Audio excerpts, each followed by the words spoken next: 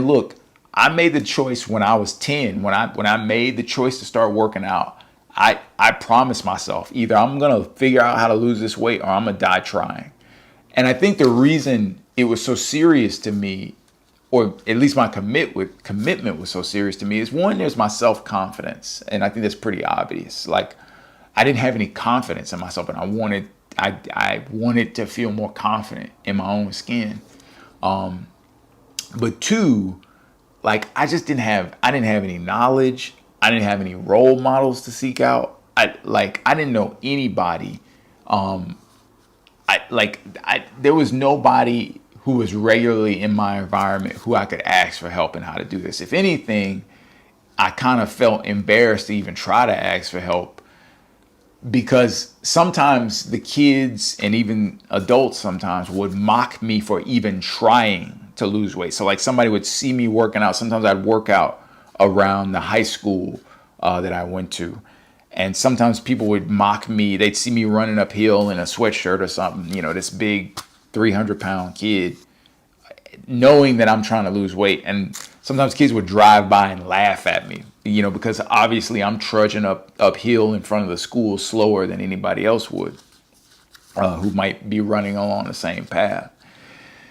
And so it was just super difficult, man. It was a super difficult journey. And I kind of had resigned in myself at some point that maybe it would never happen. And a big part of, let me check my notes here, like a big part of continuing to move forward was eventually I just learned that I learned how to take the ridicule and use it to motivate myself. Because I mean, like, the anger and the rage that was building up in me during this time, it's only with hindsight that I can really articulate it. But like, I didn't understand it then, but I would just use the words and I would replay people like laughing at me. Like, I still remember the kid that was I remember the car he was driving, and I could still remember him hanging out the window laughing at me. There's so many incidents, and even to this day, sometimes when I'm feeling unmotivated, like 10% of my motivation still comes from all that childhood trauma. And I'm trying not to cuss, so because I want people to be able to listen to this anywhere. But yeah, so I mean, it was just hard. But I get to my senior year in high school, it's January of 2000, and I was finally able to make some changes to my diet. And what did I do? I stopped drinking soda, I stopped eating fast food, stopped eating fried foods, and I stopped eating sweets. And I would allow myself one cheat meal a week where I could break those rules. And between January 2000 and August of 2000, I ended up losing 80 pounds before going off to college at the University of Houston. And I write about it in the article, but y'all, and in the book. But this was this is the end of high school, senior year. And so I'm going into the summer before college, and I'm finally losing all this weight. I've been battling for 7 years to lose this weight, and it's finally happening.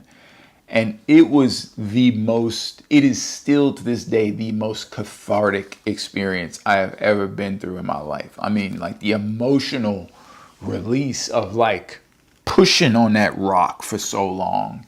And y'all, I can't tell you like how demoralizing it was sometimes. And wondering, like, why am I doing this? Why am I even trying? I don't have any role models. I don't have anybody I can ask for help, like understanding what I'm doing wrong. I go to school every year and the kids treat me like garbage. They talk about me like garbage. Sometimes like teachers even berate me in front of my classmates for not being able to perform physically like the other kids do. Like, it was like horrible sometimes. And it was so demoralizing. But like I said, I learned to take people's energy and negativity and convert it into action, because there was something in me. If I wasn't succeeding in losing weight, I had to have some solace for why I was working out so hard. And for me, the solace was this. I just decided that if I'm never going to be able to compete with the other kids in sports, so be it. If I never lose this weight, so be it. If no woman ever wants to be with me because I'm so fat and so ugly and so disgusting, so be it. But one thing that people will not do is they will not break my will to try. This was the very important thing that I decided on. This was lose weight or die trying. This is what I mean by if it's worth having, it's worth fighting for. But before I continue on that line, I want to point something out here. When I lost the weight, people would always ask me, what's the secret to losing weight? And for a long time, I would tell people perseverance, because that's what I had done. I just kept pushing. I just kept going. And I eventually it's changed my diet. I lose all this weight. But here's the kicker. Remember what I said earlier about I started eating excessively around 4 or 5 in response to physical and sexual abuse from my sister. That's what I believe. And then, of course, this is exacerbated when I go to school and I'm getting picked on every day, right? And so,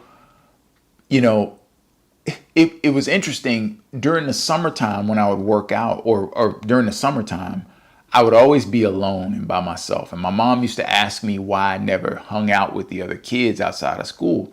And I never did tell her explicitly, but in my head, I knew why. I didn't want to give the kids more opportunities to pick on me. So the summertime, even though I was crushing myself in these workouts, it was this huge relief to just be by myself and be left alone. Well, fast forward to my senior year in high school, I'm ahead on my credits academically, and I've already been accepted to college before I even got to that final semester, before I get to January 2000. So I've got half days at school, and the classes that I have left are super easy. So my academic course load goes way down. Remember, I worked really hard at school. And so easy classes left, half days at school. Now I'm not having to work as hard academically. Also, I guess because we're just older and maybe the other kids are thinking about what they're going to do with their next step in life. The kids weren't making fun of me as much anymore, if at all. I can't even remember anybody messing with me that final semester. I'm not at school as often, and then everybody else is thinking about what are they going to do with the next step in their life. People just weren't bothering me. So what happens? My stress levels went way down, and suddenly I had been putting energy towards changing my diet the whole 7 years. Suddenly I had the energy to make the shift, the mental clarity to make the shift, because I wasn't anxious. I didn't need to self-soothe with food during that time period. And magically, boom, I can make this gigantic shift in my diet. No soda, no sweets, no fast food, no fried food. 1 cheat meal a week to break the rules. 80 pounds just melts away. And for the longest time, I just thought it was all about perseverance. But then as I got older, I recognized the patterns of emotional eating in myself. And I could look at that time with reflection and honesty and say, I hit a window of opportunity because I kept fighting. I just kept moving forward. Look, y'all, I talk to people about losing weight all the time. And people, they make one attempt for a month or 2 weeks and they don't see the scale move and they give up. And something I think about all the time is, what if I had given up after year 1? Especially with all that teasing and bullying all the time and being called fat all the time. And my weight is only going up. I've got no fit role models around. There's nothing in my environment during this 7-year time period that's telling me I'm going to lose this weight. There's nothing in my environment that's telling me that my efforts are ultimately going to pay off in a tangible way. I'm getting heavier. My knees, my back are hurting more and more and more. People continue to call me ugly. There is no interest from the opposite sex in me. I'm not gaining anything athletically. I'm not getting better in sports, even though I love sports and love being physical. I'm just not gaining any real ground other than getting a little stronger. Like there is this whole process is moving in the wrong direction by all reasonable accounts. And what drives me nuts with people is most people probably would have quit after 3 months. Not only do I not stop after year one, what trips me out is years 4, 5, 6, 7. I'm still pushing. I'm still going. And because of that doggedness, because of biting down on that thing and that refusal to let go and learning how to flip pain in my head and decide, okay, like if the only solace I will have in this process is going to my grave knowing that you could not break my spirit with all your trash and garbage, you could not break my will. I was going to go out like that. And most people say they want things, like people talk to me all the time about, oh, I want to lose weight, or I want to get in stronger, or I want to get out of debt, or I want to work on my marriage, or this or that. And people's will is so weak. And as soon as they hit a little friction, they hit one little obstacle, they give up. And I just never gave up. And so when I talk about this with people, the big thing that I'm trying to get you to understand is a posture towards adversity and meaningful goals. If a goal is meaningful to you, you keep fighting for it no matter what, whether you get it or not. Because there is something about peace of mind and character development that happens in that process. And often I was working out and trying to move that process of weight loss forward with a broken heart. And what I learned from this process overall was I can do hard things.